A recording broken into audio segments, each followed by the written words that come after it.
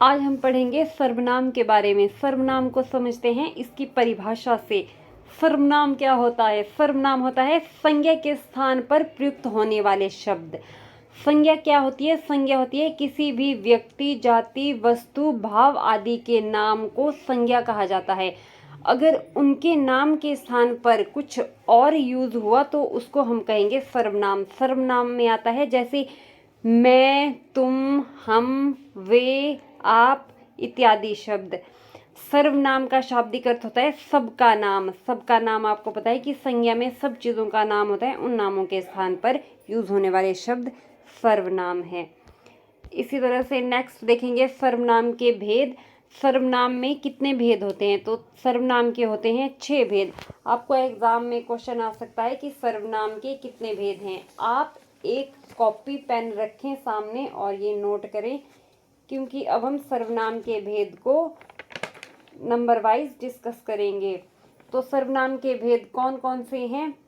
First भेद है पुरुषवाचक सर्वनाम, दूसरा है निश्चयवाचक सर्वनाम, तीसरा है अनिश्चयवाचक सर्वनाम, चौथा है संबंधवाचक सर्वनाम, पांचवा है प्रश्नवाचक सर्वनाम और छठा भेद है निजवाचक सर्वनाम। अब एक एक भेद को हम बारी बारी डिस्कस करेंगे। तो पुरुषवाचक सर्वनाम क्या होता है? जो पुरुषों के नाम के बदले में, इसमें पुरुषों में स्त्री और पुरुष दोनों आएंगे, उनके नाम के बदले में जो सर्वनाम यूज होंगे उनको कहा जाएगा पुरुषवाचक सर्वनाम। पुरुषवाचक सर्वनाम के भी आगे 3 भेद होते हैं, यानी कि ये 3 प्रकार के होते हैं। इसमें कौन कौन सा आता है? उत्तम पुरुष, मध्यम पुरुष और अन्य पुरुष। उत्तम पुरुष में आएगा जैसे 2 व्यक्ति अगर आपस में बात कर रहे हैं और एक व्यक्ति कहता है कि मैंने खाना खा लिया, तो वो जब अपने बारे में बोलेगा तो उसको कहा जाएगा उत्तम पुरुष। इसमें आता है मैं, हम, मैंने, हमने, मेरा, हमारा, मुझे, मुझको, ये सर्वनाम शब्द आएंगे उत्तम पुरुष में। अगर मध्यम पुरुष को देखेंगे तो मध्यम पुरुष होगा जिसको वह अपनी बात सुना रहा है, सुनने वाला।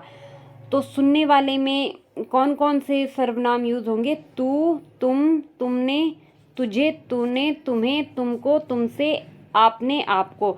जैसे तुमने खाना खा लिया, तुम कहाँ जा रहे हो, ये बातें। तो अन्य पुरुष में आएगा यह, वह, वे, ये, इन, उन, उनको, उनसे, उन्हें, उन्हें, इससे, उसको। इसमें आएगा अगर 2 व्यक्ति मिलकर के किसी अन्य की बात कर रहे हैं तो उसमें ये सर्वनाम यूज होंगे। नेक्स्ट देखते हैं निश्चयवाचक सर्वनाम। निश्चयवाचक सर्वनाम होता है जब निकट या दूर की वस्तुओं के लिए संकेत किया जाता है। निकट और दूर के व्यक्ति या वस्तुओं के निश्चयात्मक संकेत जिन शब्दों से व्यक्त होता है उन्हें कहा जाता है निश्चयवाचक सर्वनाम। जैसे यह, वह, ये, वे। यह मेरी पुस्तक है, तो इसमें पुस्तक की ओर संकेत हो रहा है, तो यह सर्वनाम है। और ये पुस्तक नज़दीक है, इसलिए यह सर्वनाम का यूज हो रहा है। जैसे वह मेज उनकी है, वह मीन्स ये कुछ दूरी पर है, तो मेज की ओर संकेत हो रहा है, इसलिए इसमें वह निश्चयवाचक सर्वनाम है। ये मेरे हथियार हैं, ये नज़दीक वाली चीज़ों के लिए यूज होगा, तो हथियार की ओर संकेत हो रहा है। वे तुम्हारे आदमी हैं, आदमी की ओर संकेत हो रहा है, वे का मतलब है कि वे कुछ दूरी पर खड़े हैं, इसलिए वे सर्वनाम यूज हुआ है। नेक्स्ट देखते हैं अनिश्चयवाचक सर्वनाम। अनिश्चयवाचक सर्वनाम होता है जिन सर्वनामों से किसी निश्चित वस्तु का बोध नहीं होता उन्हें अनिश्चयवाचक सर्वनाम कहते हैं। जैसे कोई आ गया तो क्या करोगे। कोई, इसमें कोई भी हो सकता है, निश्चित नहीं है कि कौन आ गया। उसने कुछ किया, क्या किया ये पता नहीं है, कुछ किया। तो इसी तरह से इसमें कुछ इम्पॉर्टेंट सर्वनाम समूह भी होते हैं, शब्द समूह भी होते हैं जो पेपर में बहुत बार पूछे जाते हैं अनिश्चयवाचक सर्वनाम से। तो ये है कुछ न कुछ, कोई न कोई, सब कुछ, हर कोई, कुछ भी और कुछ कुछ। ये सभी शब्द समूह अनिश्चयवाचक सर्वनाम में आते हैं। इन्हें आप नोट कर लें, ये पेपर में बार बार पूछे जाते हैं। नेक्स्ट देखते हैं संबंधवाचक सर्वनाम। संबंधवाचक सर्वनाम कौन होते हैं? जिस सर्वनाम से किसी दूसरे सर्वनाम से संबंध स्थापित किया जाए। जैसे जो, सो, जो आया है सो जाएगा, यह ध्रुव सत्य है। इसमें जो और सो ये संबंधवाचक सर्वनाम को दर्शा रहे हैं। आगे देखते हैं प्रश्नवाचक सर्वनाम। इसमें प्रयुक्त होने वाले सर्वनाम शब्दों को प्रश्नवाचक सर्वनाम कहते हैं, जहाँ पर प्रश्न करने का भाव उत्पन्न होता है। जैसे कौन आया है, वह क्या कर रहा था, दूध में क्या गिरा है। जहाँ भी आपको प्रश्न का भाव नजर आए तो समझ लेना प्रश्नवाचक सर्वनाम है। नेक्स्ट देखते हैं निजवाचक सर्वनाम। निजवाचक सर्वनाम में आप का इस्तेमाल किया जाता है। यह आप अपने आप वाला आप होता है। एक आप पुरुषवाचक सर्वनाम में भी होता है, मगर वो आप मध्यम पुरुष के लिए होता है। जैसे हमने अभी देख लिया, यहाँ पर देखिए, यहाँ आप यूज हुआ है, आपने, आपको। ये वाला आप दूसरों के लिए इस्तेमाल किया जाता है जब किसी सामने वाले को कोई बात बताई जा रही है। और ये वाला आप जो होता है, निजवाचक वाला आप, ये आप अपने लिए यूज़ होता है। जैसे मैं अपने आप खाना बना लूँगी, मैं अपने आप ये कार्य कर लूँगी। इस तरह से अपने आप, स्वतः, स्वयं, खुद के लिए प्रयुक्त सर्वनाम है। और जैसे यह कार्य मैं आप ही कर लूँगा, तो ये आप अपने लिए यूज़ हो रहा है। नेक्स्ट देखते हैं। और निजवाचक सर्वनाम में आप का प्रयोग इन स्थितियों में भी होता है। तो ये स्थितियां कौन कौन सी है? जैसे किसी संज्ञा या सर्वनाम के अवधारण या निश्चय के लिए, जैसे मैं आप वहीं से आया हूँ। दूसरा है दूसरे व्यक्ति के निराकरण के लिए, जैसे वह औरों को नहीं अपने को सुधार रहा है।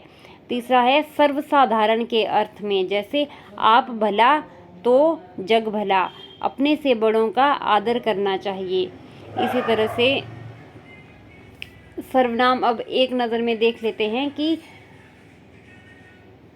कौन से सर्वनाम शब्द किसमें यूज होते हैं। तो पुरुषवाचक सर्वनाम देखिए, पुरुषवाचक सर्वनाम के 3 भेद होते हैं: उत्तम पुरुष, मध्यम पुरुष और अन्य पुरुष।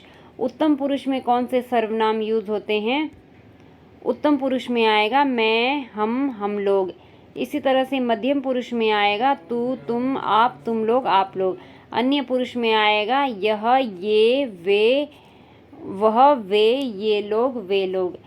इसी तरह से निश्चयवाचक सर्वनाम में हम देखते हैं कि निश्चयवाचक में निकटवर्ती और दूरवर्ती चीज़ों को देखा जाता है। चीज़ें, वस्तुएं या कोई भी प्राणी।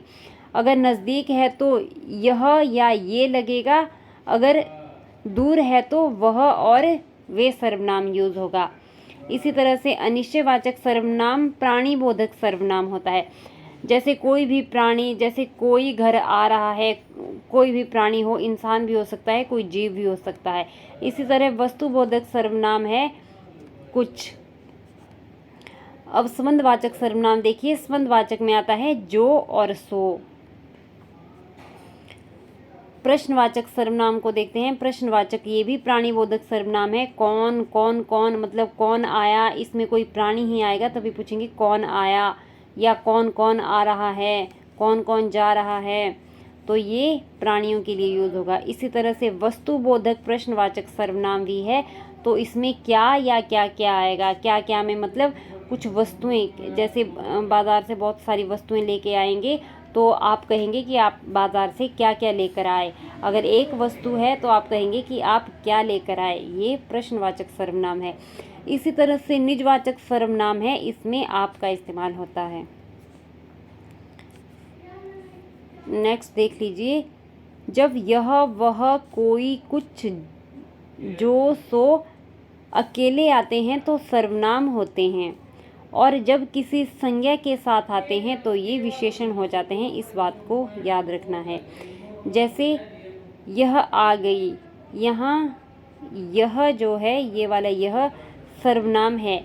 यह किताब कैसी है, किताब क्या है, संज्ञा है। तो यहाँ पर यह क्या हो जाता है, विशेषण हो जाता है। इसी तरह से सर्वनाम के विकारी रूप के बारे में देखते हैं। तो विभिन्न कारकों में प्रयुक्त होने पर सर्वनाम शब्दों के रूप परिवर्तित होते हैं, कारकों में प्रयुक्त होने पर। मगर सर्वनाम का प्रयोग संबोधन में नहीं होता है। हमने इससे पहले कारक पढ़ लिए हैं। तो कारक के 8 भेद होते हैं। 8 भेद में से जो 6 भेद होते हैं उनमें सर्वनाम शब्दों के रूप परिवर्तित होते हैं। मगर जो संबोधन कारक है उसमें ये सर्वनाम का प्रयोग नहीं होता है, विकारी रूप नहीं होता है संबोधन में, जैसे हे, अरे, ओ। इस तरह से हम देखेंगे इसके विकारी रूप। मैंने, मुझको, मुझसे, हमने, हमको, हमसे, मेरा, हमारा, उसने, उसको, तुमने, तुमको, आपने, आपको, तुझे, तुम्हारा, तुमसे, इसने, इसको, किसको आदि।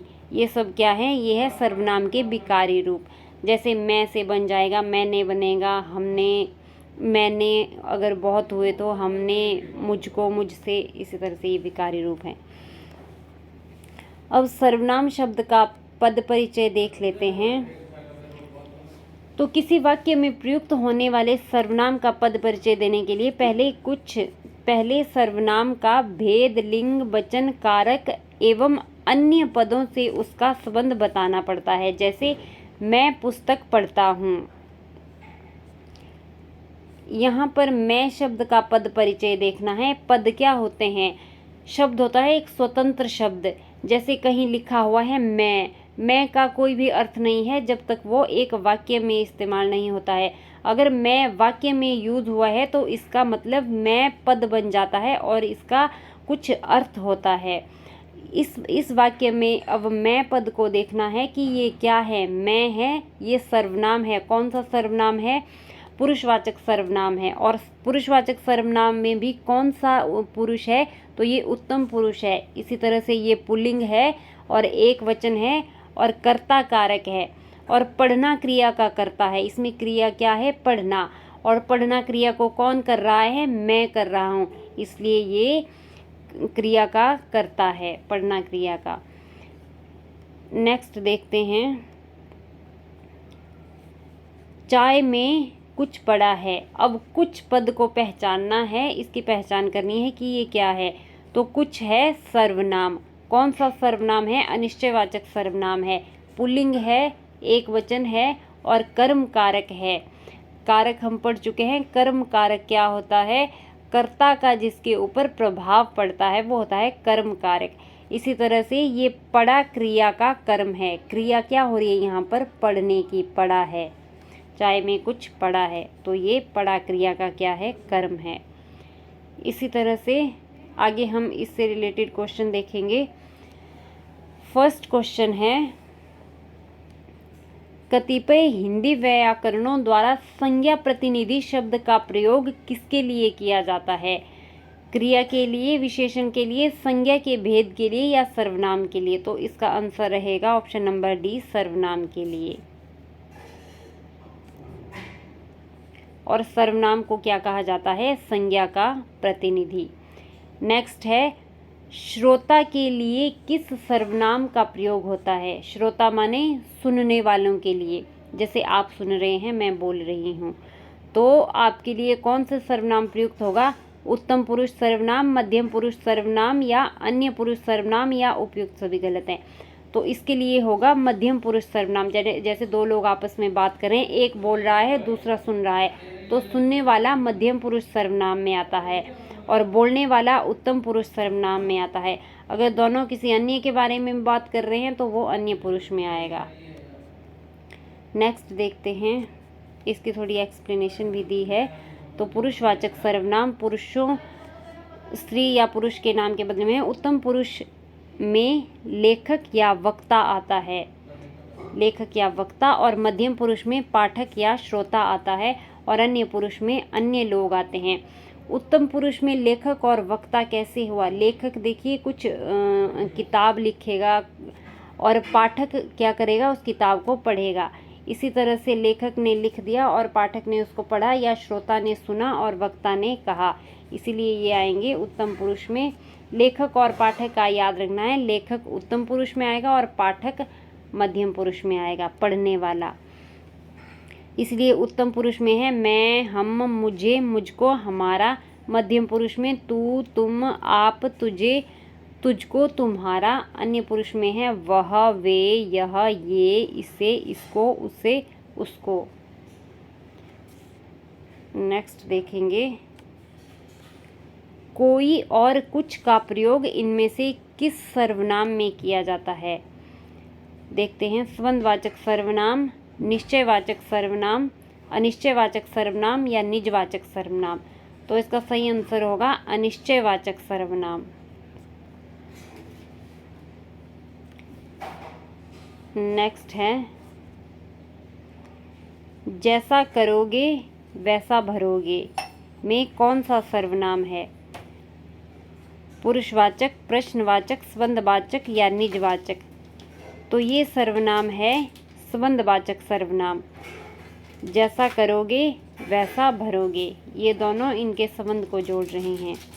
नेक्स्ट देखते हैं, इसका ये देख लेते हैं, प्रस्तुत वाक्य में संबंधवाचक सर्वनाम है जिस सर्वनाम में दो वस्तुओं या व्यक्तियों का पारस्परिक संबंध प्रकट होता है उसे कहा जाता है संबंधवाचक सर्वनाम।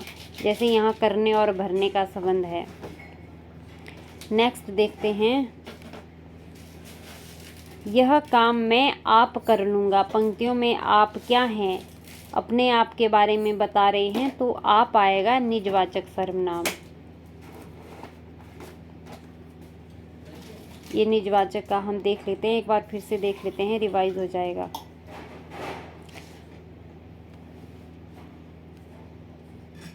इसमें देखते हैं निजवाचक आप का प्रयोग।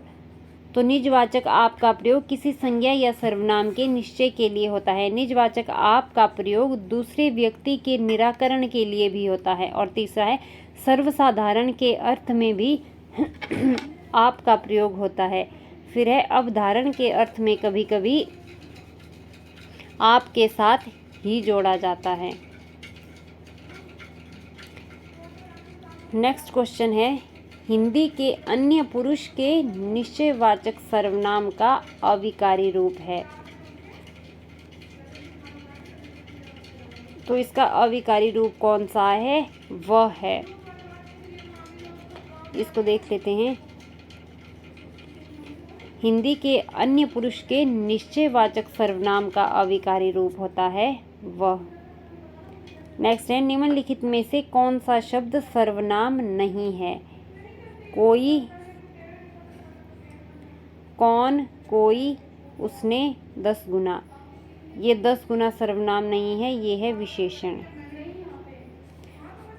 कौन सर्वनाम है प्रश्नवाचक सर्वनाम, उसने है पुरुषवाचक सर्वनाम और कोई है अनिश्चयवाचक सर्वनाम।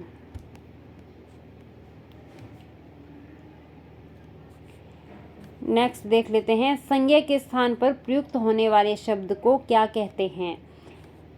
तो इसका सही आंसर है ऑप्शन नंबर ए, सर्वनाम।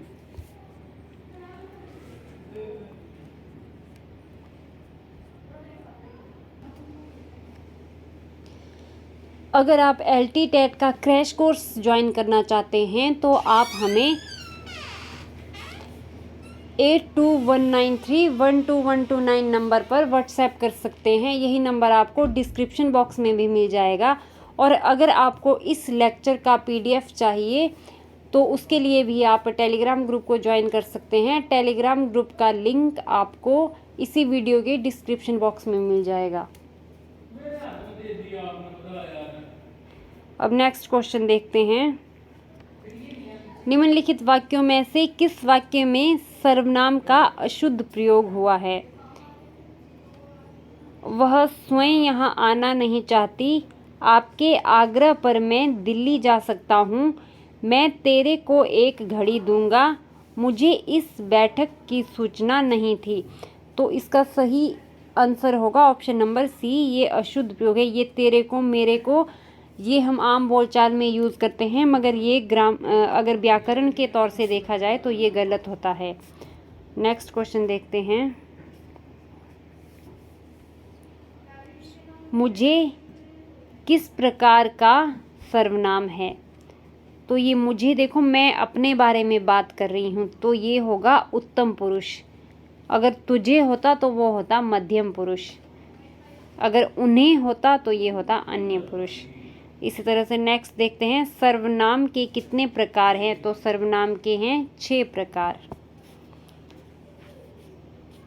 नेक्स्ट देखते हैं, निश्चयवाचक सर्वनाम कौन सा है? क्या, कुछ, कौन, यह।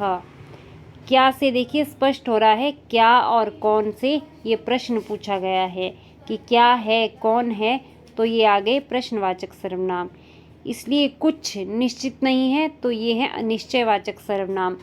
यह ये आएगा निश्चयवाचक सर्वनाम।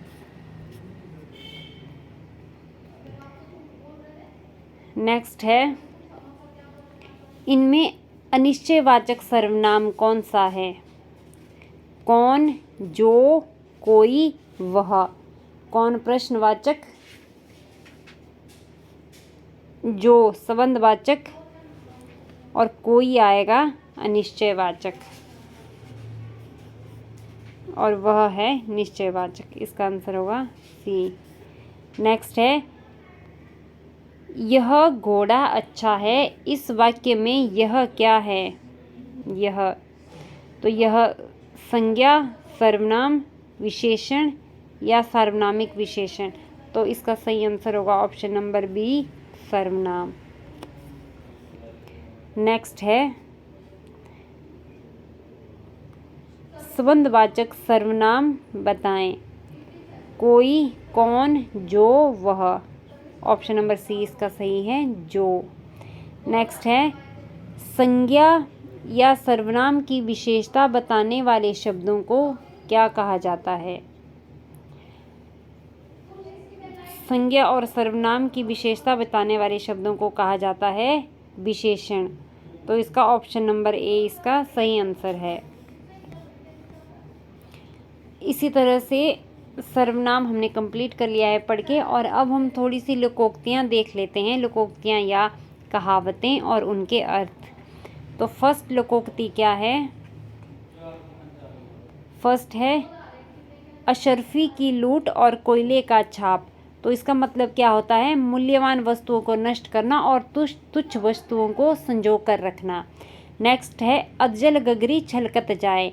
तो इसका मतलब होता है थोड़ी विद्या, धन या बल होने पर इतराना। थोड़ी विद्या, थोड़ा धन और थोड़ा सा बल होने पर जब कोई इंसान इतराता है तो उसको कहते हैं अधजल गगरी छलकत जाए।